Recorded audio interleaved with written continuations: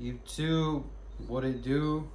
It's your boy JP back at it with a little review, packaging, unboxing, unbagging, whatever you want to call it. I literally just opened it. Just came through the mail, as y'all can see.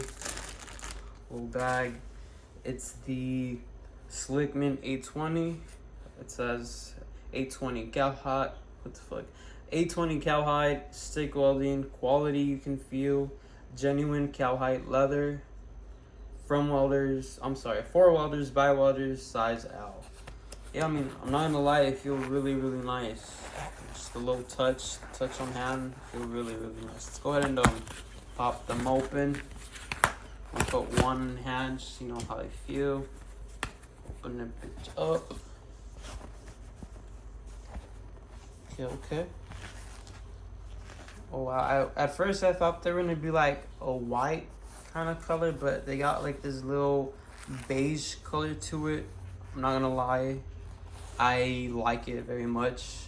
I think I prefer it even more than the, white, the cocaine white color. I like this color a lot. It feels really, really nice, I'm not gonna lie. I don't think I've felt gloves like this, like ever, to be honest.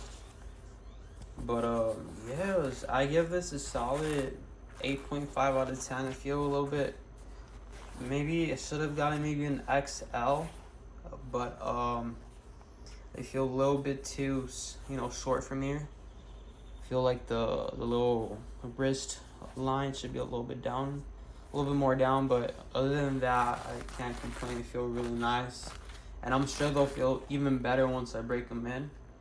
They look pretty fire, not gonna lie. Slickman 820, a little fucking Longhorn. Fuck yeah. And I do live in Texas, so that's even cooler for me. So yeah, this is pretty much it. A little short review. They feel fucking great, I'm not gonna lie. Nice and thick from on top.